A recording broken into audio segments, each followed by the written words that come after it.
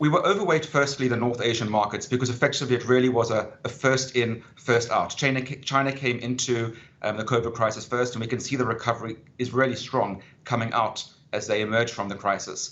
Southeast Asia, of course, came into the crisis later, but as we see cyclical sectors benefiting more and a rotation gradually into the value cyclical sectors, Indonesia is very well placed for that if you look at the structure of their stock market. So that's one of the key reasons why we continue to like Indonesia and have moved overweight in Indonesia.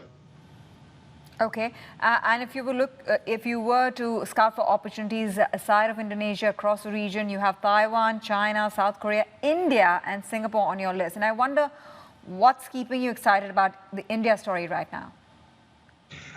So India, of course, has also had a significant slowdown. So really a lot of it is linked to the recovery as we come out of what has been a really severe slowdown.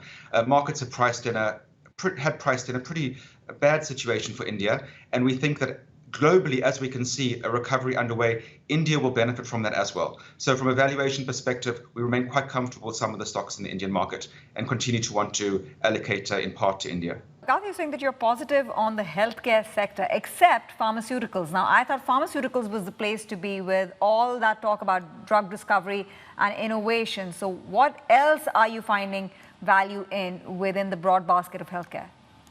Well, it's interesting because on the drug discovery, a lot of that isn't actually taking place nowadays in the large pharma companies. It's often taking place in some of the smaller biotech companies. So the biotech space is more interesting to us because in terms of R&D, it's often the case that the large pharma companies are buying from the smaller biotech or R&D houses. So that's really where we see more interest at the moment. On the pharma side, of course, you always have to look at patents very closely.